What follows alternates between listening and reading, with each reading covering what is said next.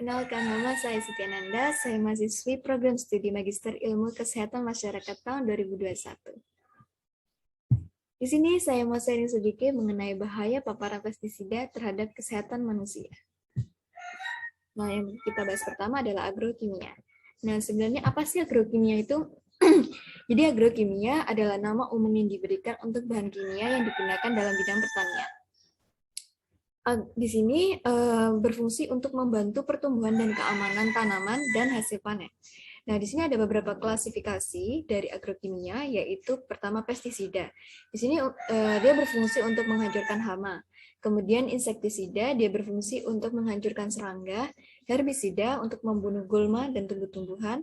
Kemudian fungisida untuk mengendalikan jamur. Kemudian ada algasida untuk mengendalikan ganggang.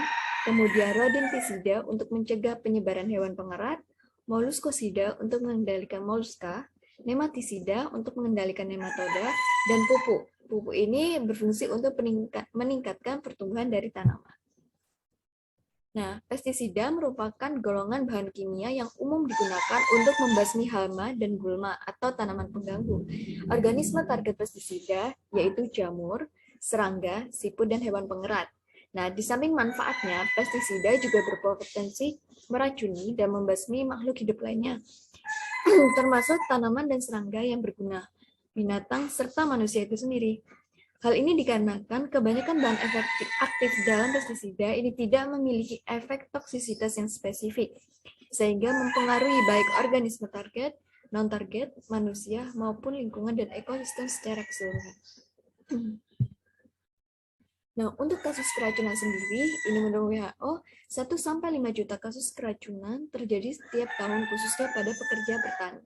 Nah, 80%-nya itu terjadi di negara berkembang, dengan kematian sekitar 220.000 jiwa. BMC Public Health ini mengatakan bahwa sekitar 385 juta kasus terjadi setiap tahun di seluruh dunia, menyebabkan sekitar 11.000 kematian. Kemudian Global Agriculture ini mengatakan bahwa keracunan pestisida akut yang tidak disengaja di seluruh dunia telah meningkat secara dramatis sejak penilaian global terakhir 30 tahun yang lalu. Kemudian kita bahas tentang patofisiologi paparan pestisida. Nah, pestisida itu masuk ke dalam tubuh melalui beberapa cara. Ada 3, yaitu pertama dari oral, pernafasan, dan absorpsi melalui kulit. Kontaminasi lewat kulit merupakan kontaminasi yang paling sering terjadi, meskipun tidak seluruhnya berakhir dengan keracunan akut, tetapi lebih dari 90% kasus keracunan seluruh dunia itu disebabkan oleh kontaminasi lewat kulit. Faktor risiko kontaminasi lewat kulit ini dipengaruhi oleh beberapa hal, yaitu salah satunya adalah daya toksisitas dermal, konsentrasi, formulasi, bagian kulit yang terpapar, kemudian kondisi fisik individu yang terpapar.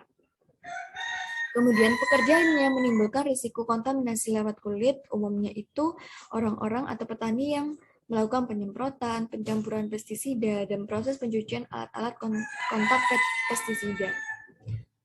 Kemudian yang kedua adalah keracunan pestisida karena partikel pestisida tersisap lewat hidung, merupakan yang terbanyak kedua setelah kontaminasi kulit. Nah, gas dan partikel dengan ukuran kurang dari 10 mikron, biasanya dari kabut asap, kemudian dari foggy, ini dapat masuk ke dalam paru-paru.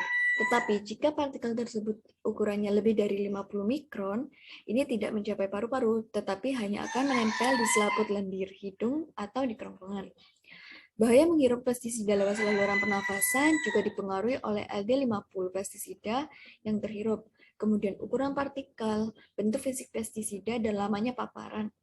Nah, pekerjaan yang menyebabkan terjadinya kontaminasi lewat saluran pernafasan umumnya pekerjaan yang terkait dengan penyemprotan lahan pertanian atau juga fogging.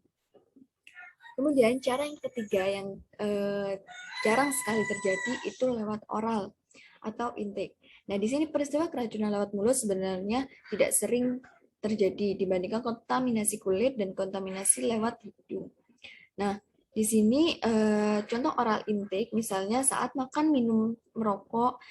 dan ketika bekerja dengan pestisida, kemudian meniup nozzle yang tersumbat dengan mulut, makan dan minuman terkontaminasi pestisida, dan hal yang agak sering terjadi itu adalah tidak sengaja meminum cairan pestisida karena tidak hati-hati dalam penyimpanan produk pestisida. Kemudian mekanisme kerja. Di sini ketika pestisida itu masuk ke dalam tubuh kita, dia akan mempengaruhi kerja enzim dan hormon. Kemudian bisa juga dia merusak jaringan. Nah, ketika bahan racun yang masuk ke dalam tubuh itu akan dapat menonaktifkan aktivator sehingga enzim atau hormon tidak dapat bekerja.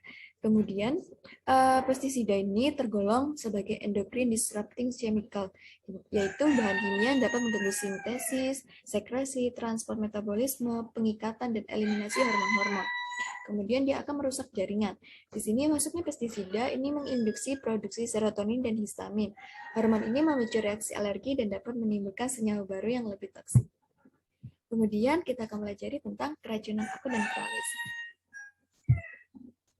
Nah, ketika para petani ini terpapar dari pestisida, nah ada efek kronisnya atau jangka panjangnya, yaitu pada otak ini akan terdapat masalah pada ingatan, sulit berkonsentrasi, perubahan kepribadian, kelumpuhan, bahkan kehilangan kesadaran atau koma.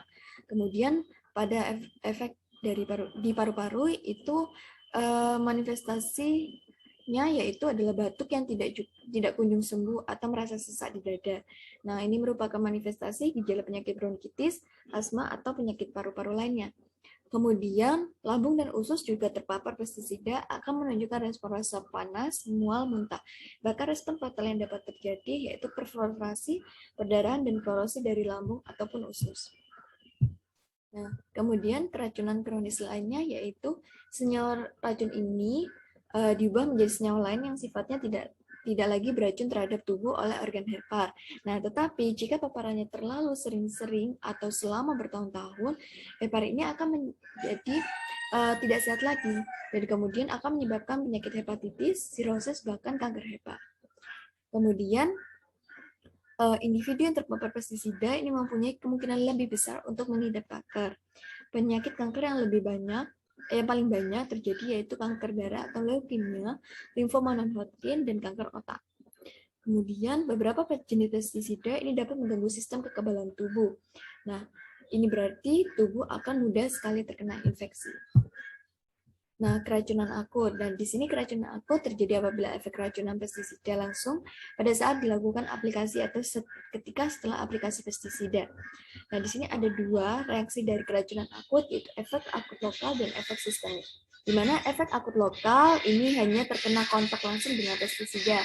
Biasanya efek yang terjadi adalah iritasi mata, hidung, tenggorokan, dan kulit. Sedangkan efek sistemik ini jika pestisida masuk ke dalam tubuh manusia dan mengganggu sistem tubuh.